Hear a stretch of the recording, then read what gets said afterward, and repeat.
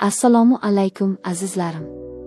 Hikoyachi Momo kanaliga yana bir bor xush kelibsiz. Bugun sizlar uchun yana bir yurakni titratadigan, hissiyotlarga o'ta boy va kutilmagan voqealarga to'la hikoya tayyorladim. Videoni oxirigacha tomosha qiling, chunki bu qizning qismati sizni albatta o'ziga tortadi. Marhamat, qulayroq joylashib oling, biz boshladik. Sizni doim himoya qilish kerak bo'lgan inson sizni o'z qo'llari bilan jarlikka itarsa nima qilasiz? Men hayotimdagi eng qora, eng kechirib bo'lmas xatoni o'z qonim bo'lgan odamga ishonib qildim.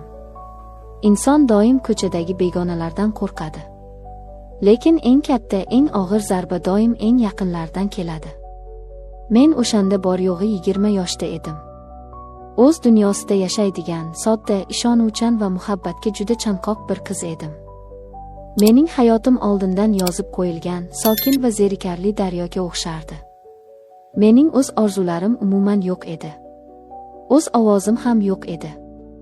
Men shunchaki ota-onamning chizgan chizig'idan chiqmaydigan, aytganini indamay qiladigan itoatkor qo'g'irchoq edim. O'sha yozning o'ta issiq, dim kunini men hech qachon unuta olmayman. Havo shunchalik og'ir ediki, odamning nafas olishi ham qiyinlashib ketgandi. Ko'chada hamma narsa tinch, osmon musaffo.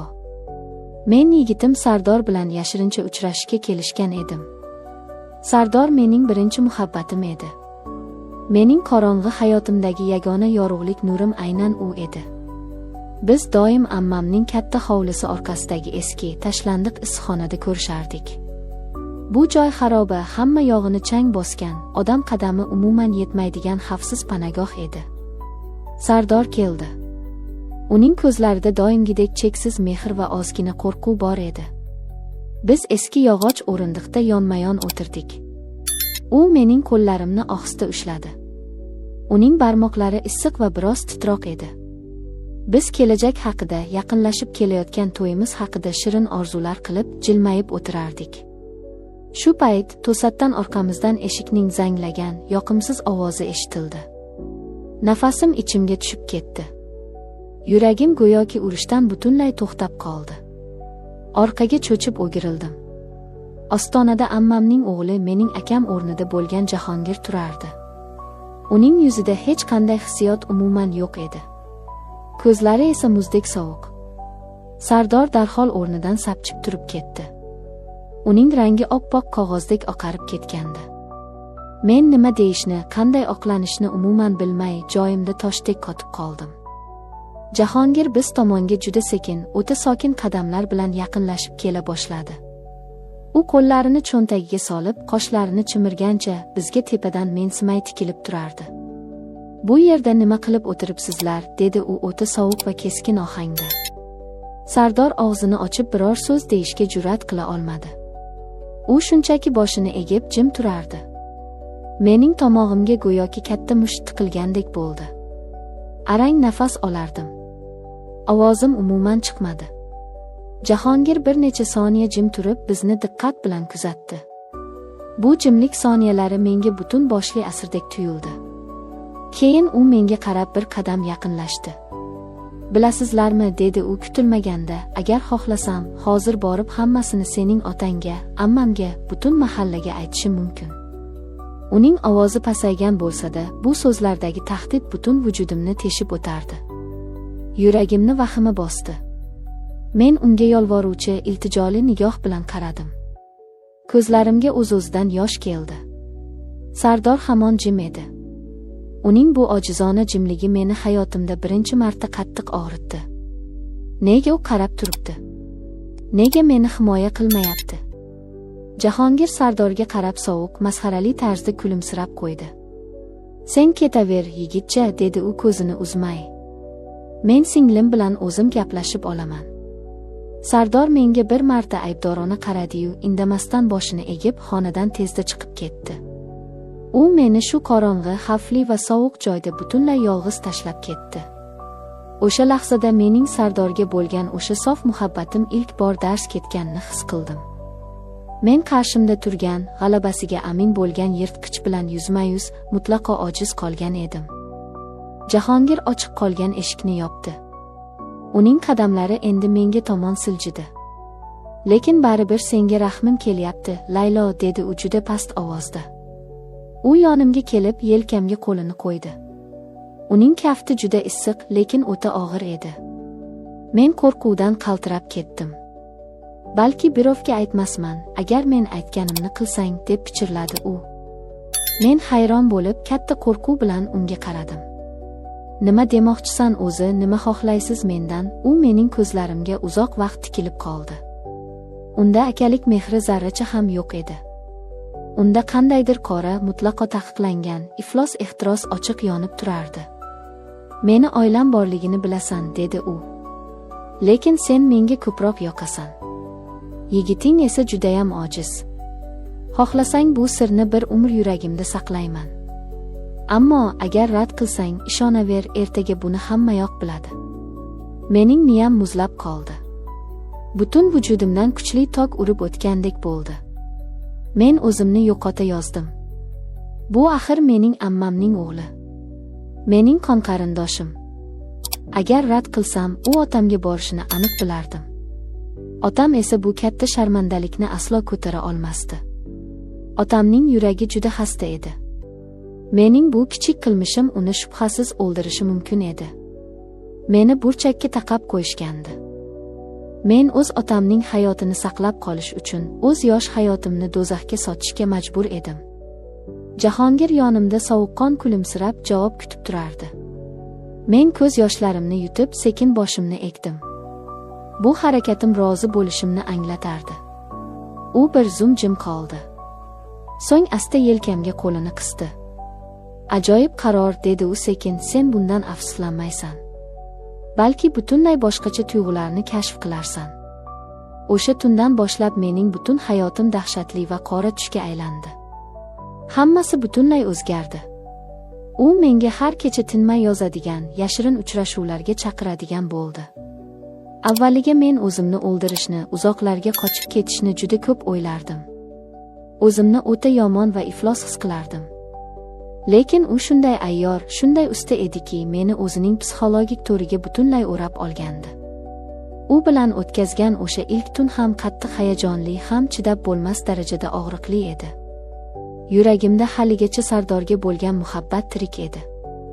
Ammo Jahongir bilan kechgan lahzalar mutlaqo boshqa bir olam, boshqa bir hissiyot edi. U qattiq qo'l, talabchan, lekin shu bilan birga o'ta ehtirosli edi. Men uning quchog'ida o'zimdan qattiq nafratlanardim. Ammo tanam menga umuman bo'ysunmasdi. Bu juda zaharli, qonni qaynaydigan, lekin taqiqlangan olov edi. Shu tarzda men ikki mutlaqo qarama-qarshi olam o'rtasida sarson yashay boshladim. Kunduzi men Sardor bilan uchrashardim. U bilan shirin kelajak haqida xotirjam gaplashardim. Kechasi esa Jahongirning zulmatli, sirlarga va ehtirosga to'la dunyosiga sho'ng'irdim. Har tun Jahongir bilan yashirincha ko'rishar, sokin, ammo g'amgin lahzalarni boshdan kechirardim. Sardor yonimda o'zini yaxshi va mehribon yigitdek tutardi. Lekin u menga suyanadigan qoyadek tuyulmasdi. Jahongir esa meni butunlay boshqarar, har bir nafasimni o'ziniki qilib olgandi. Bizning uchrashuvlarimiz endi shunchaki oddiy shantaj emas, qandaydir tushunarsiz, qora ehtiyojga aylanib ulgurgandi. Jahongir menga kundan kunga qattiq bog'lanib borardi. U meni hammadan ochiqchasiga qizg'anardi. Ba'zida u meni o'ziga haddan ortiq jalb etayotganini o'zi ham umuman bilmasdi. Lekin uning nigohlaridagi chaqnab turgan olov buni doim oshkor qilib turardi. Men har kuni oynaga qarab o'zimni o'zim tanimay qolardim. Ichimdagi o'sha sof, begunoh va kulib turuvchi Laylo o'lgan, uning o'rniga yolg'onchi, ikki yuzlamachi ayol kelgandi. Sardor ham nimadir noto'g'ri ekanini seza boshlagandi. Ayolning ko'zlari hammasini darrov sotib qo'yadi. U so'nggi paytlarda juda ko'p savol beradigan bo'ldi. Ko'zlarimga tikilib, hammasi joyidami, men senga yetarli emasmanmi deb so'rardi. Men har gal uning ko'ziga qarab yolg'on gapirishga majbur bo'lardim. Men o'zimni ich-ichimdan yeb bitirayotgan edim. Qattiq vijdon azobi meni asossiz kemirardi. Bir tarafda sof, toza muhabbat. Ikkinchi tarafda esa xavfli, qiziqarli va og'riqli ehtiros. Kuz oylarining oxirida bir tun Jahongir meni yana uchrashuvga chaqirdi. U doimgidan butunlay boshqacha edi. Yuzida g'azab va qandaydir g'amgin jiddiylik bor edi. Men eshikdan kirishim bilan u qattiq tortib, ko'zimga tikildi. "Bilasanmi?" dedi u sovuq ovozda. "Endi men seni faqat o'zimnikidek his qilishni xohlayman. Yigitingga o'zing ayt yoki men aytaman. Men sendan endi voz kecha olmayman." Bu so'zlar yuragimni butunlay muzlatib qo'ydi. Endi u shunchaki oddiy tahdid emas, chinakam qat'iy talab bilan chiqayotgandi. Endi bu oddiy o'yin emasdi. U menga umuman tanlov qoldirmadi. Men ikki olamdan birini aniq tanlashim kerak edi. Yoki har ikkisidan birdaniga ajralishim shart edi. Men u yerdan nima deyishni bilmay qochib chiqdim. Lekin inson reja tuzadi, taqdir esa uning ustidan kuladi deganlari rost ekan. Bir necha hafta o'tdi. Tanamda g'alati, tushunarsiz va qo'rqinchli o'zgarishlarni seza boshladim. Ertalablari boshim qattiq aylanar, sababsiz holsizlik va ko'nglim tinmay aynirdi. Boshida buni oddiy charchoqdan, asabiylashishdan deb o'ylab, o'zimni tinchlantirdim. Lekin ichimni qandaydir sovuq, dahshatli xavotir qamrab olgandi. Bir kuni dorixona yonidan o'tayotib, o'zimni majburlab ichkariga kirdim. Oldim. Uyga qaytib, hammomga kirib eshikni qulflab oldim. Qo'llarim tinmay qaltirardi. Men natijani kutib turganda butun umrim, xatolarim ko'z o'ngimdan birma-bir o'tdi. Testga qaltirab qaradim. Ikkita aniq qizil chiziq paydo bo'lgandi. Men homilador edim. Yuragim urishdan butunlay to'xtab qolgandek bo'ldi. Ko'zlarimdan duv-duv issiq yosh to'kildi. Nafas ololmay qoldim.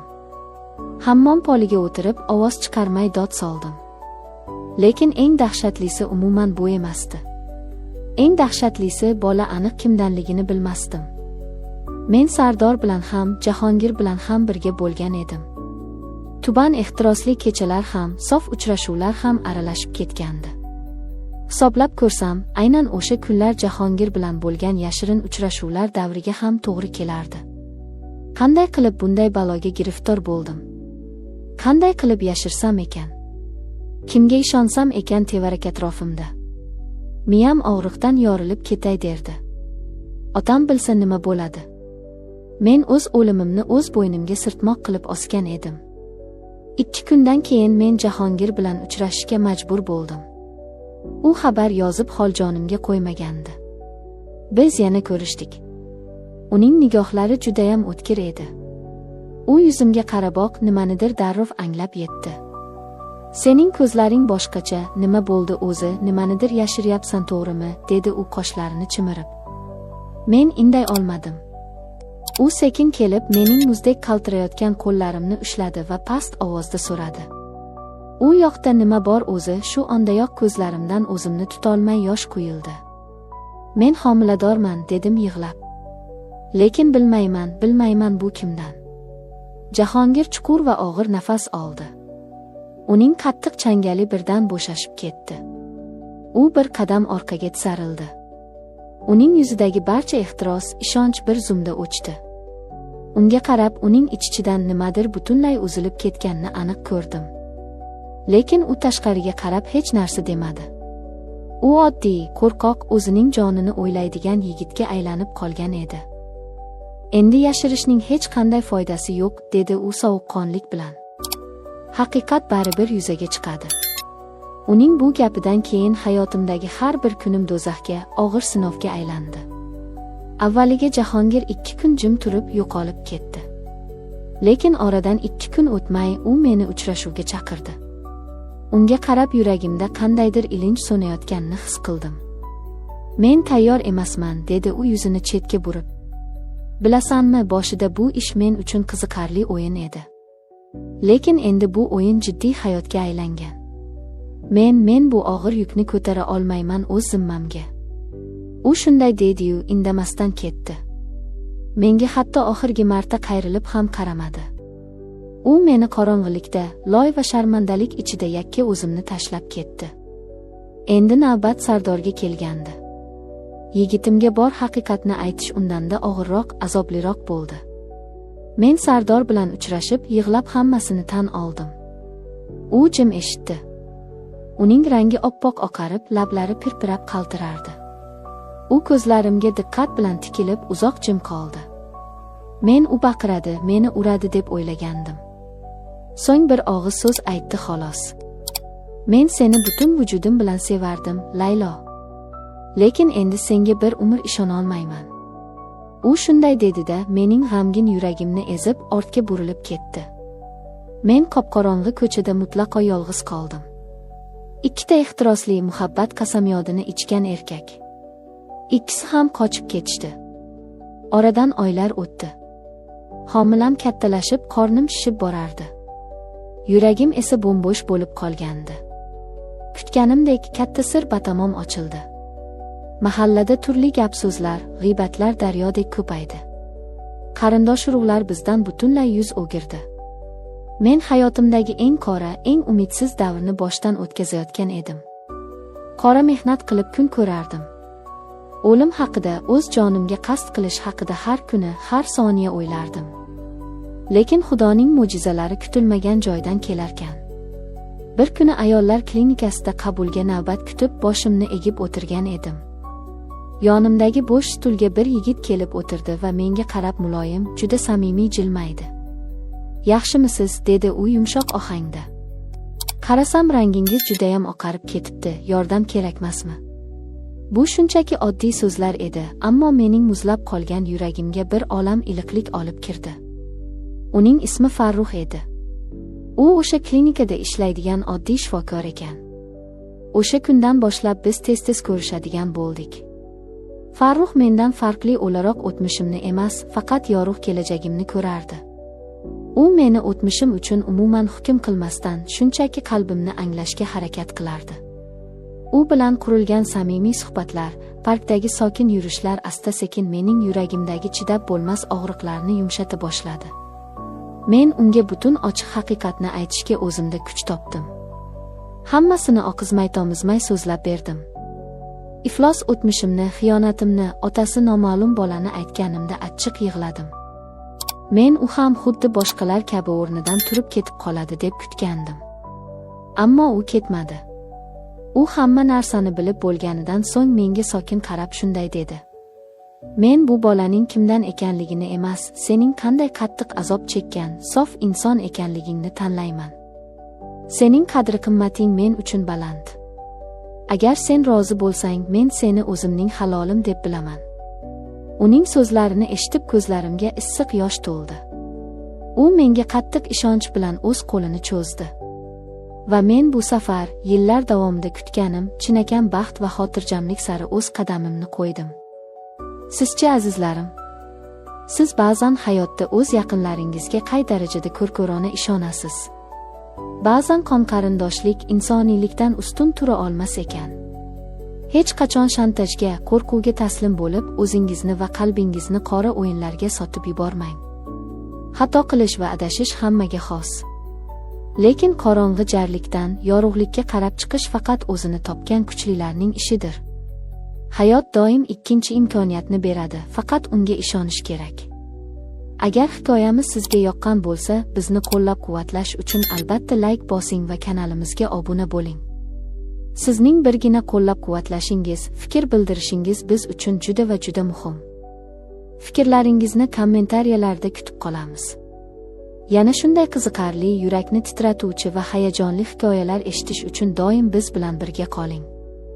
Obuna bo'lishni unutmang. Siz bilan Hikoyachi Momo kanali bo'ldi. O'zingizni asrang.